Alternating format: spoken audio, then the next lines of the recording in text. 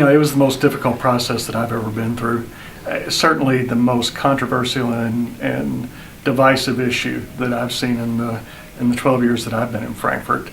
And it was one that it was toxic from the beginning. It seemed like it was one that evoked very strong emotions, and it should. I mean, there were people that were afraid and afraid for their livelihoods, and that if that doesn't evoke strong emotions, then nothing should. And so I think that perhaps there were a lot of people that were insensitive to that, but it was just a very, very difficult issue from the beginning. And ultimately, I think that's why we ultimately settled on the pension reform that we did, was that it was thoughtful to both the entire retirees and the existing employees. It was one that considered the promises that had been made to them. And at the end of the day, regardless of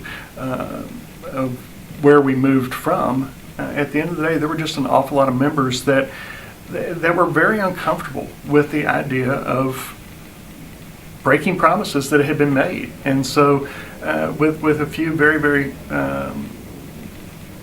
minor items or limited items, we did leave the majority of existing retirees and existing employees harmless. And I do believe, I know that there's some concern in the education community that the hybrid cash balance will be problematic in attracting new employees to the profession. I believe that when the dust kind of settles from that, I think that they will find that that's not the case.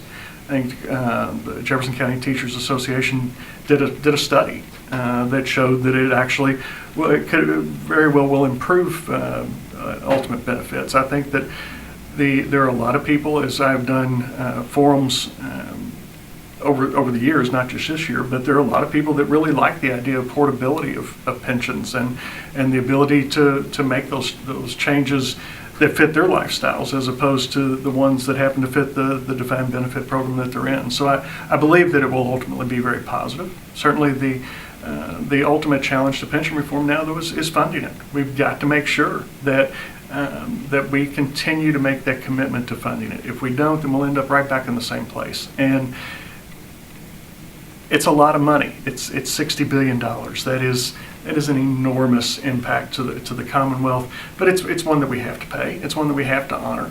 And it's one that if we allow ourselves to go to sleep for just 1 minute on that, there are a lot of people that during this past session, there were several people that were saying, you don't really need to put all that money in. It's the system is starting to repair itself a little bit. You don't need to put that much extra money in, and that would have been a really easy thing to buy into. It would have been really easy to say, you know what, we're in a tough budget situation here. Let's not put $1.2 billion extra into the pension. Let's put $500 or $600 million extra. It'd still be more than we'd ever put in before.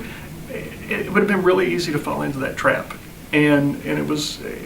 We kept having to go back to, no, we made this commitment that we're going to fund these things, and we're going to fund these pensions like they should have been funded for years. We're going to fund these pensions to correct the problem and not to extend the problem.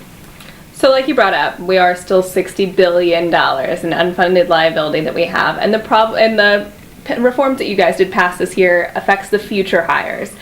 But it begs the question, are we done with pension reform? It's been a couple tough years of pension reforms to both systems. So moving forward, especially if we had, let's say, an economic downturn of 2008 or something along those lines, are we in a stable place in terms of moving forward now? I think we've stabilized the systems, yes. I believe we put them on a path to long-term stability and solvency. Again, the ultimate linchpin in pension reform, though, is making sure we fund them.